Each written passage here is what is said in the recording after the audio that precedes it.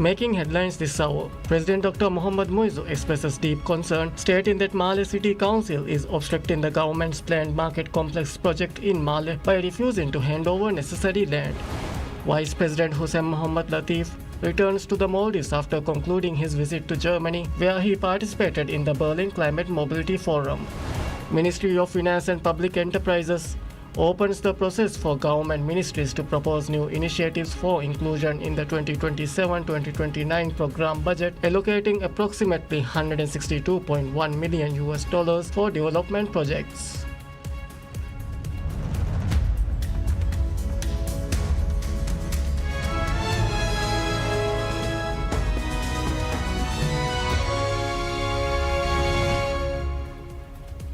Bismillahirrahmanirrahim. Assalamu alaikum. Hello and welcome to PSM News in English with me, Mariam Shaushat. President Dr. Mohamed Muizzu notes in a social media message that the passing of Sheikh Ismail Mohammed, a prominent scholar recognized among the foremost ranks of the nation's academics, has elicited immense grief and a profound sense of sorrow. Sheikh Ismail, born on the island of Midu in Dalu Atoll, was widely regarded as standing at the very forefront of religious scholars produced by the nation. A recipient of the National Award of Honor, the late scholar was celebrated for his extensive, multifaceted efforts to elevate Islamic awareness, his lifelong service to the faith, and his dedication to teaching religious studies. Throughout his extensive career, Sheikh Ismail worked broadly to disseminate religious knowledge across the country, President Muizzu highlighted, while successfully securing opportunities for numerous students to pursue higher education in religious studies abroad. Sheikh Ismail served as the foundational instructor to many individuals who have rendered great services to the nation and remain actively engaged in the frontline service today, while also dedicating himself to translating and publishing various religious texts into the Wahi language. Heartfelt condolences were extended directly to the bereaved family, accompanied by prayers that the late scholar be kept in the pleasure and forgiveness of Almighty Allah and be granted the great blessing and mercy of paradise. The funeral prayers of Sheikh Ismail were held Sunday at the Islamic Center, immediately following the noon prayers. President Dr. Mohamed Muizzu expresses deep concern, stating that Male City Council is obstructing the government's planned market complex project in Male by refusing to hand over necessary land. Addressing efforts to advance the fishing sector, President Muizzu noted that the fish market's current condition is exceptionally poor, though Male has one of the highest concentration of fishermen. 4 months after the project was awarded, practical work has yet to begin because the City Council continues to impede progress by refusing to clear and release the designated land. Because Male is home to so many fishermen, the $8.19 million initiative stands as a critical public work. Temporary arrangements will accommodate commercial vendors presently doing business on the site, allowing construction to begin swiftly towards an official completion target of December 10th of next year. Conceived as a state-of-the-art facility, rising to 6 stories with a spatial capacity over 95,000 and 455 dedicated kiosks, the complex will consolidate the traditional fish, local and travelers market into a single unified structure, bringing substantial commercial relief to the congested district while entirely transforming the visual skyline. Vice President Hussein Mohamed Latif returns to the Maldives after concluding his visit to Germany, where he participated in the Berlin Climate Mobility Forum 2026. The Vice President attended the forum in Berlin as a keynote speaker. Prior to the opening of the event, he also took part in the Leaders Gala dinner co-hosted by the UN Global Center for Climate Mobility, also known as GCCM, and the Robert Bosch Foundation. During the visit, the Vice President participated in and addressed several high-level sessions focused on climate mobility, adaptation, and international cooperation. Speaking at the high-level leaders session, he called for stronger international cooperation to support vulnerable nations facing displacement and other challenges resulting from climate change. He also urged the international community to increase climate finance for countries most affected by climate-related impacts. The Vice President stressed that efforts to address climate mobility must prioritize community resilience. He said that where migration becomes necessary, it should be planned, voluntary, and carried out with dignity. During a high-level panel discussion on sea level rise, the Vice President stated that sustained investment in climate adaptation is essential to protect the rights of communities affected by rising sea level. He also highlighted the need for coordinated partnerships at all levels of governance and emphasized the importance of providing support that enables communities to remain in their preferred locations with dignity. At the Champions Breakfast, held on the sidelines of the forum, the Vice President reflected on the key outcomes of the event, strengthened partnerships, and encouraged progress towards achieving a global consensus on climate mobility. Throughout the forum, the Vice President shared the Maldives' perspectives and priorities on climate mobility, underscoring the need to scale up climate finance and adaptation measures for vulnerable nations. Ministry of Finance and Public Enterprises opens the process for government ministries to propose new initiatives for inclusion in the 2027 to 2029 program budget, allocating approximately $162.1 million for development projects. According to a circular issued by the ministry, the largest portion of this funding is directed towards infrastructure development, with around $129.7 million specifically set aside for this sector. An additional $32.4 million has been kept for various other items under the new policy initiative. Government ministries have until August 18 to submit their proposal for inclusion in the 3-year cycle. The ministry emphasized that all new budget items must align strictly with the government's manifesto and the specific pledges of President Dr. Mohammad Muizzu. Additionally, the selection process will prioritize projects mandated by law or necessitated by existing international and domestic agreements. In a move towards modernizing fiscal policy, the 2027-2029 budget will pilot Gender Equality and Social Inclusion (GESI) budgeting. This initiative aims to track the impact of state spending on social equality. Additionally, the ministry has mandated the state agencies identify climate-relevant projects. The tagging system is designed to streamline the development of a prioritized climate change budget and help the government accurately identify costs associated with environmental resilience and sustainability. Ministry of Infrastructure, Housing and Urban Development commences the crucial cross-verification process for over 50,000 individuals who submitted applications for land and flats under President Dr. Mohammad Muizzu's flagship Housing for All scheme. The administration step marks a significant move towards fulfilling the President's key electoral pledge of ensuring housing access for all citizens. The application window, which opened on 18th January this year with an enhanced portal and revised criteria to better serve those in need, closed on the 15th of June. By the deadline, the ministry had received a substantial response, with more than 35,900 applications for flats and over 22,000 applications for land, demonstrating the high demand for affordable housing solutions. State Minister for Infrastructure, Housing and Urban Development, Ahmad Nazim Mohammed, confirmed to PSM News that the verification stage has begun. This rigorous cross-verification involves meticulously comparing the information provided by applicants in their forms against data available from various government agencies. Key details such as residency status, particularly within the Malé region, will be thoroughly checked to ensure fairness and eligibility. State Minister Nazim acknowledged that given the immense volume of applications,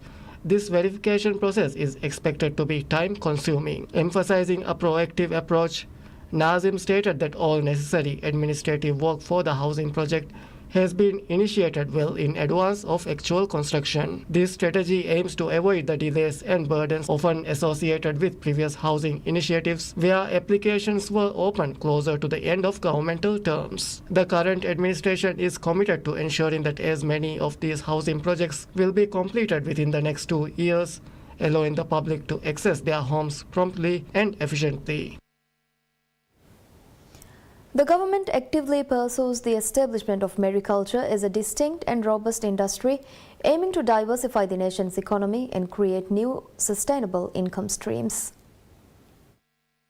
This strategic push comes amidst promising initial successes, particularly in seaweed cultivation which is already demonstrating significant commercial viability. To facilitate this ambitious undertaking, 5 key areas have been designated for mariculture development. These include the atolls of Bodutiladummati, Ra Atoll, Mimu Atoll, and Tha Atoll. Additionally, a specific lagoon located around 2 kilometers from Mania Fushi has been earmarked for this purpose. Speaking on PSM News' Rajyam Yedu program, State Minister for Fisheries, Agriculture and Ocean Resources Muhammad Muttalib highlighted the remarkable success of the ongoing seaweed cultivation project in the Maldives. He elaborated on the venture in Fehendu Ba Atoll, where a company initially cultured around 100 kilograms of seaweed. The State Minister expressed confidence that the mariculture sector, particularly seaweed cultivation, holds the promise of generating an income comparable to or even surpassing that of the traditional skipjack tuna fisheries in the near future. The government is also receiving additional proposals for seaweed cultivation,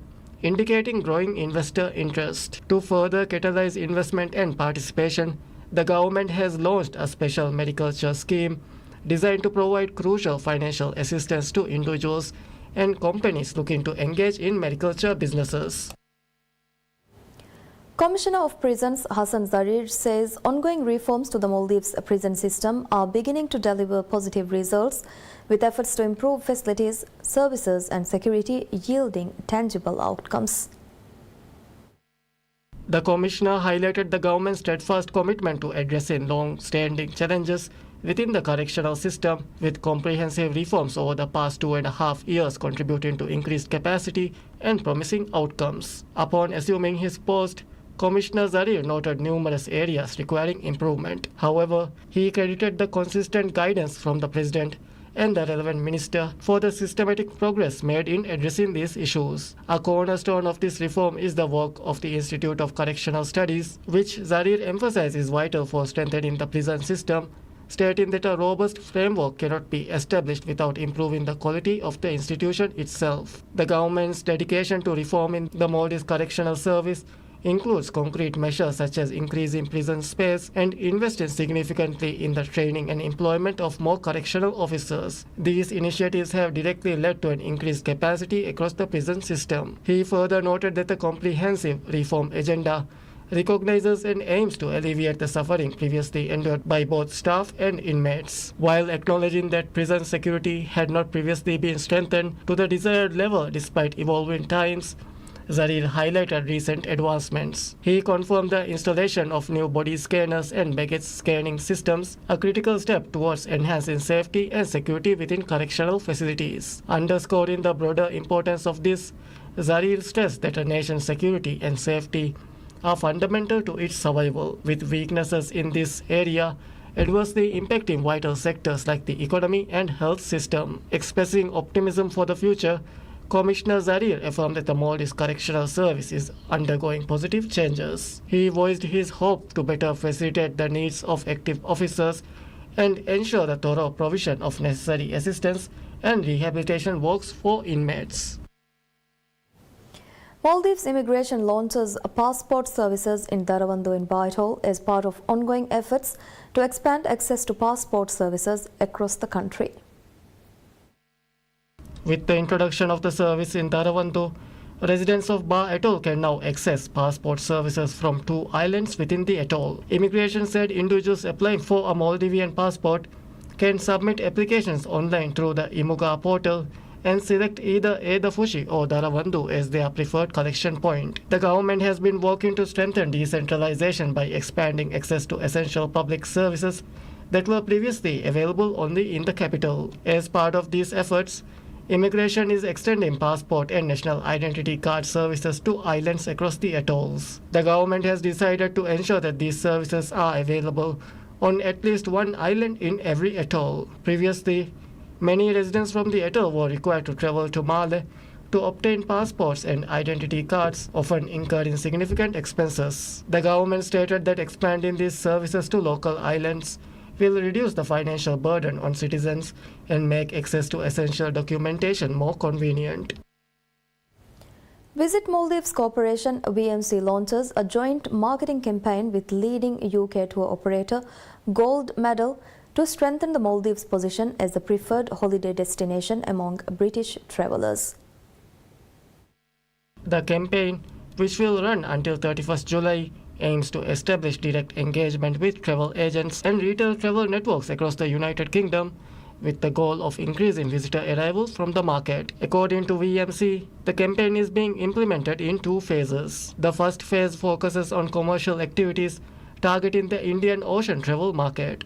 As part of these efforts, promotional advertisements showcasing the Maldives will be displayed in major retail outlets across the UK, while the destination will also be featured in prominent travel publications. The campaign includes a range of digital marketing activities, including dedicated landing pages, social media promotion, and targeted email campaigns reaching more than 1,000 travel agents. In addition, specialized training programs are being conducted for call center staff to ensure that they are equipped to provide comprehensive information about the Maldives to prospective travelers. The second phase of the campaign is aimed at promoting the Maldives' luxury tourism sector and supporting long-term growth in the market. Key initiatives include placing Maldives promotional brochures in high-end travel agencies across the UK for a period of 1 year and launching a dedicated website focused on luxury travel experiences in the Maldives. A reward program has also been introduced to encourage travel agents to secure bookings to the destination. Visit Maldives has launched a joint marketing campaign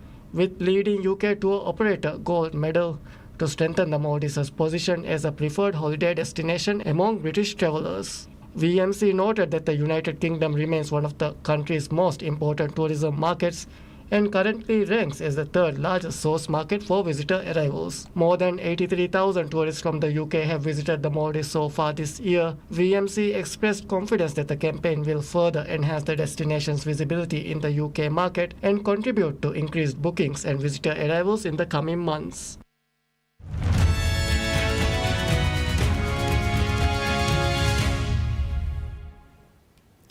Indian billionaire Mukesh Ambani's Reliance Jio platform files regulatory papers for a Mumbai IPO to raise around $3.8 billion in what could be a record listing for the country.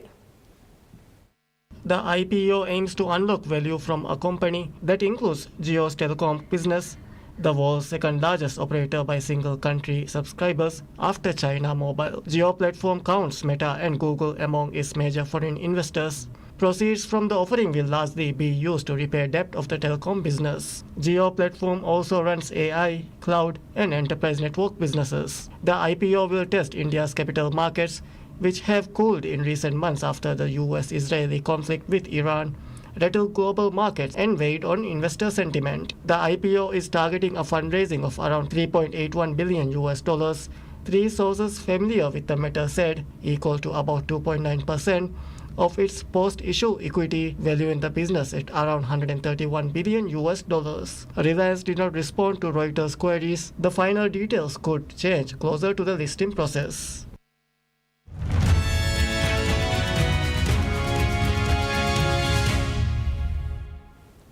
British Business Minister Peter Kyle says that he had no reason to believe that Prime Minister Keir Starmer was planning to announce his resignation. Speaking on Sky News, Kyle said Starmer was hard at work and reflecting on the political realities after party rival Andy Burnham was elected to Parliament, setting up a potential leadership challenge. The Sunday newspaper, The Observer, reported that the Prime Minister was expected to resign the next day and set out a timetable for his departure, though a government source said he remained focused on getting on with the job of governing. I have nothing to believe that they are true. I'm seeing a lot of speculation out there. The only thing I can say with fact is that the Prime Minister is hard at work, as he is every day. He is one of the most hard-working people I've ever come across. And today, as in every other day I've ever known Keir, he is out there working hard. At the same time, he is also trying to create the space where he can think and reflect on the political realities and challenges and the opportunities that lie before us. The threat to Starmer's position, which has been building for months, increased sharply on Friday when his rival Andy Burnham won a seat in Parliament that would allow him to launch a formal leadership challenge. The Observer reported which did not name its sources, said Starmer had reached the conclusion that his position was no longer tenable after speaking to cabinet ministers, advisors, donors, and trade union leaders. Starmer led the centre-left Labour Party to a landslide election win in 2024, but has become deeply unpopular after a series of scandal and policy U-turns that have given many voters an overall impression that he cannot deliver the improvement of their standard of living that he promised.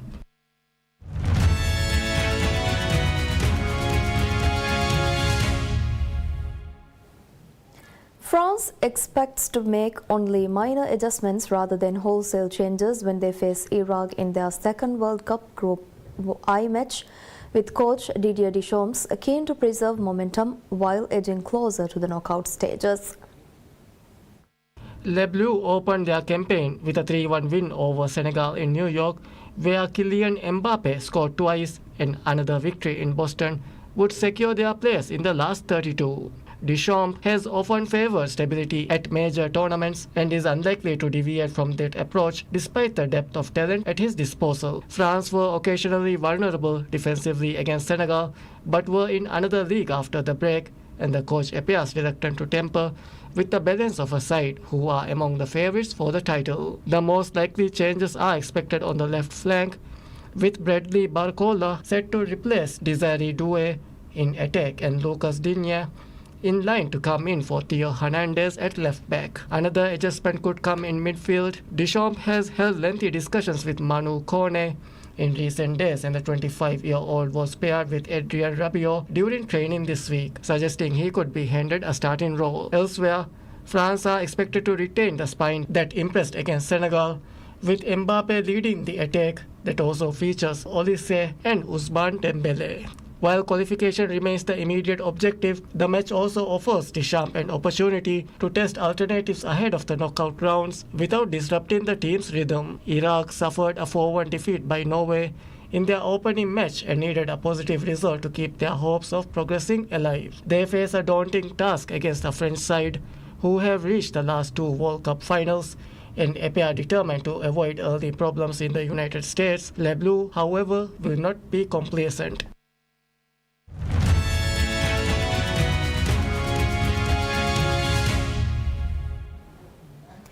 One man's trash is another man's treasure.